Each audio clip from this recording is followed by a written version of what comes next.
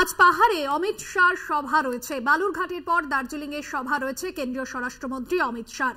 দার্জিলিং এ vote রয়েছে আগামী 26শে April, দ্বিতীয় দফার ভোট রয়েছে দার্জিলিং এ।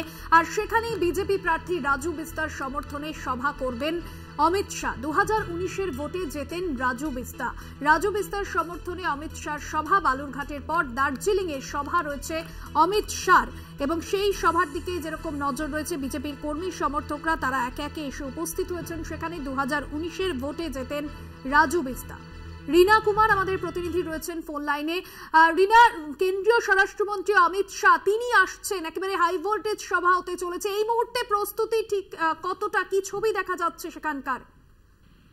একেবারে এরকম কিছু প্রস্তুতি একেবারে তুঙ্গে, যেটা জানালাম যে এর আগেও যে এবার কিন্তু প্রথম যে রয়েছে দার্জিলিং এ সভা করবেন অমিত শাহ। এর আগে কিন্তু আমরা দেখেছি যে শিলিগুড়িতে তিনি এসেছিলেন বিগত সময়ে নির্বাচনগুলোতে, তবে এবার কিন্তু প্রথম তিনি দার্জিলিং এ যাচ্ছেন। ফলে দার্জিলিং এর এই সভা মঞ্চ থেকে তিনি লোকসভা নির্বাচনের আগে সেখানের কর্মী সমর্থকদের জন্য কি বার্তা তুলে ধরবেন সেদিকটা কিন্তু একটা যেমন দেখার বিষয় রয়েছে, পাশাপাশি সেখানে যে কর্মী সমর্থকদের মধ্যে উচ্ছ্বাস সেটাও কিন্তু চোখে পড়ার মতন। কারণ সকাল থেকেই কিন্তু দলে দলে যে বিজেপি পাশাপাশি যে গোর্খা জনমুক্তি মোর্চার যে সদস্যরা কর্মী সমর্থকরা তারাও কিন্তু সেই সভাতে এসে ভিড় জমিয়েছে এবং তারাও কিন্তু অধীর অপেক্ষায় রয়েছে যে কখন স্বরাষ্ট্রমন্ত্রী অমিত শাহ সেই মঞ্চে পৌঁছাবেন এবং সেখান থেকে তাদের জন্য বক্তব্য তুলে ধরবেন। এবং ইতিমধ্যে শিলিগুড়ি থেকে কিন্তু রওনা দিয়েছেন অমিত শাহ। আর কিছুক্ষণের মধ্যেই যেটা জানা যাচ্ছে এখনো পর্যন্ত যে তার সেই সভা শুরু হবে। পাশাপাশি সমতলেও কিন্তু একদিকে যেরকম প্রচারের ঝড় রয়েছে, সেখানেও কিন্তু